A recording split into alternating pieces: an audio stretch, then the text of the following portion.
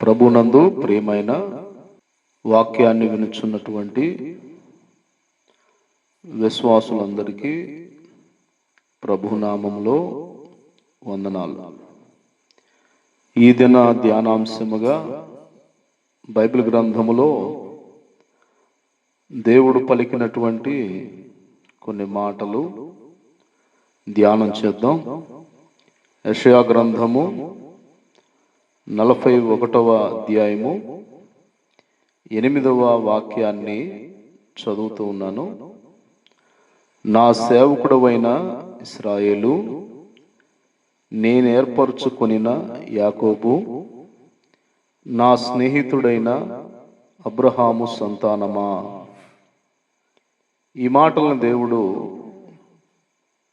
అబ్రహామును గూర్చి, యాకోబును గూర్చి మాట్లాడుచున్నటువంటి ఈ లేఖనం యెషయా గ్రంథములో 41వ అధ్యాయములో 8వ వాక్యములో ప్రభు అంటున్నాడు, నా సేవకుడువైన ఇశ్రాయేలు, నేను ఏర్పరచుకునిన యాకోబు, నా స్నేహితుడైన అబ్రహాము సంతానమా. అబ్రహాము విషయాన్ని మనం ధ్యానం చేసినట్లయితే, దేవుడు భూమి ఆకాశములకు సృష్టికర్త అయి ఉన్నాడు, సముద్రమునకు సృష్టికర్త అయి ఉన్నాడు. మరి ఈ లోకములో మానవుడు కన్నులతో చూచేటువంటి ప్రతి సృష్టి కూడా దేవుని నోటి మాట చేత సృజించబడింది. ఒక భూలోకమే కాదు కానీ మనిషి యొక్క జ్ఞానం ఖగోళములో కనుగొన్నప్పుడు అనేకమైన లోకాలు కనిపిస్తూ ఉన్నాయి. ప్లానెట్స్, గ్రహాలని మనం అంటాం. ఈ మహావిశ్వానికి, ఈ విశ్వం మొత్తానికి సృష్టికర్త ఆయన ఒక దినాన మాట్లాడాడు, ఆకాశము నా సింహాసనము, భూమి నా పాదపీఠం అన్నాడు. అంత మహనీయుడైనటువంటి మహా గొప్ప దేవుడైనటువంటి ప్రభువు అబ్రహామును చూచి అంటూ ఉన్నాడు, నా స్నేహితుడైన అబ్రహాము అని ఇక్కడ పలుకుతూ ఉన్నాడు. ఒక మనుషునితో ఈ ప్రపంచ సృష్టికర్త స్నేహం చేయటం ఏంటి? ఒక మనుషుణ్ణి ఆయన స్నేహితుడిగా భావించటం ఏంటి? ఇది చాలా ఆశ్చర్యకరమైనటువంటి విషయం. ఈ యొక్క ఆశ్చర్యకరమైనటువంటి సంగతిని మనము ఒక్కసారి పరిశీలించినట్లయితే, దేవుడు మానవులతో స్నేహం చేస్తాడా? మానవుని యొక్క స్నేహాన్ని దేవుడు కోరుకుంటూ ఉన్నాడా అని మాట్లాడితే, యోహాను సువార్తలో 15వ అధ్యాయంలో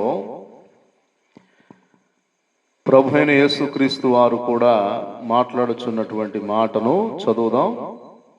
యోహాను సువార్త 15వ అధ్యాయము 14వ వాక్యాన్ని మనం ధ్యానం చేద్దాం.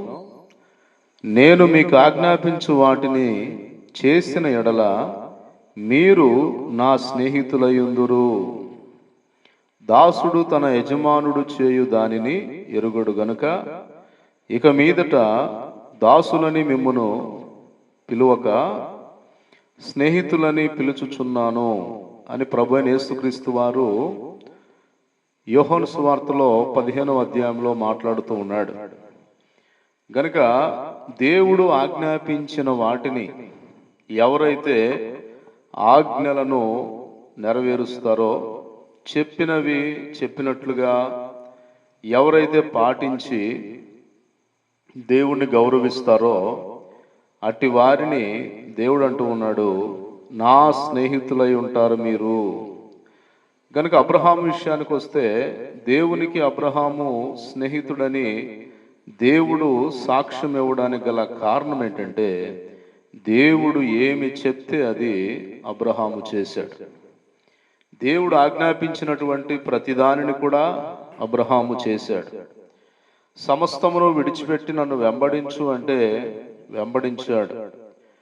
నువ్వు ఈ చోటన గుడారము వేయమంటే ఆ చోటన గుడారం వేశాడు. ఆయన చెప్పినవి చెప్పినట్లుగా సమస్తమును చేశాడు.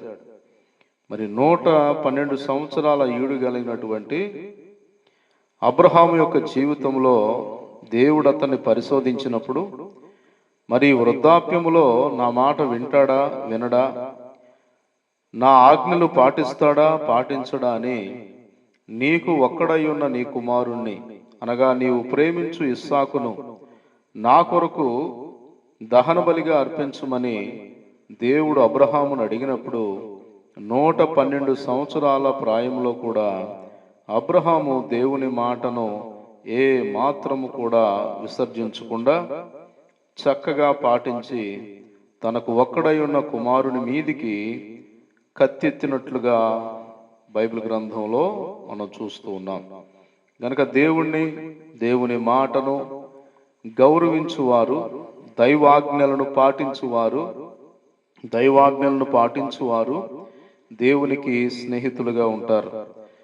ప్రభువైన యేసుక్రీస్తు వారు కూడా నేను మీకు ఆజ్ఞాపించు వాటిని మీరు చేసిన యెడల నా స్నేహితులై ఉంటారని చెప్తూ ఉన్నాడు. తర్వాత ప్రభువారు ఒక మాట అన్నాడు. యేసు ప్రభువారు, దాసుడు తన యజమానుడు చేయు దానిని ఎరుగడు, తెలుసుకోలేడు.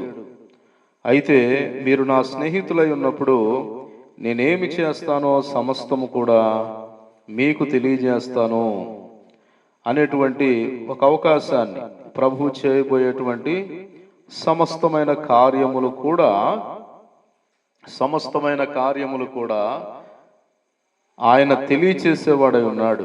అలాగనే సొదొమ గొమొర పట్టణాలను దేవుడు దహించేటువంటి సమయంలో ముందుగా ఆ విషయాన్ని అబ్రహాముకు దేవుడు తెలియజేస్తూ ఉన్నాడు. ప్రభువైన యేసుక్రీస్తు వారు చెప్పాడు, దాసులైతే తమ యజమానులు చేయు దానిని తెలుసుకోలేరు, అయితే స్నేహితులైతే మాత్రం ఏ ఒక్క కార్యాన్ని కూడా దాచుకోరు.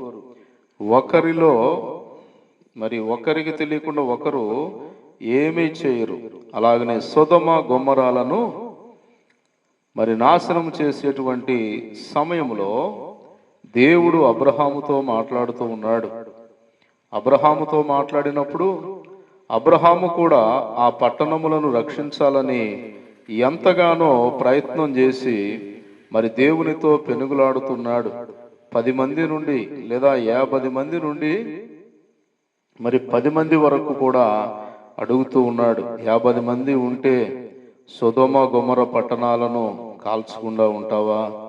మరి 30 మంది ఉంటే, 20 మంది ఉంటే, 10 మంది ఉంటే అని దేవునితో చాలాసేపు అబ్రహాము ఆ పట్టణాల విషయములో వాటిని నాశనము చేయకూడదనేటువంటి మరి విషయంలో దేవునితో మాట్లాడాడు.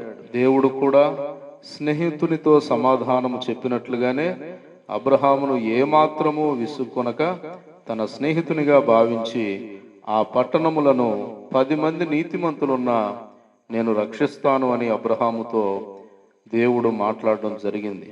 కనుక దేవుని కార్యాలన్నీ మనకు తెలియాలంటే మనము దేవునికి సాక్షులమై ఉండాలి, దేవునికి స్నేహితులమై ఉండాలి, దేవుని ఆజ్ఞలను పాటించేవారమై ఉండాలి. దేవుని ఆజ్ఞలను మనం పాటించినప్పుడు ఆయనతో మనకు స్నేహం ఏర్పడుతుంది.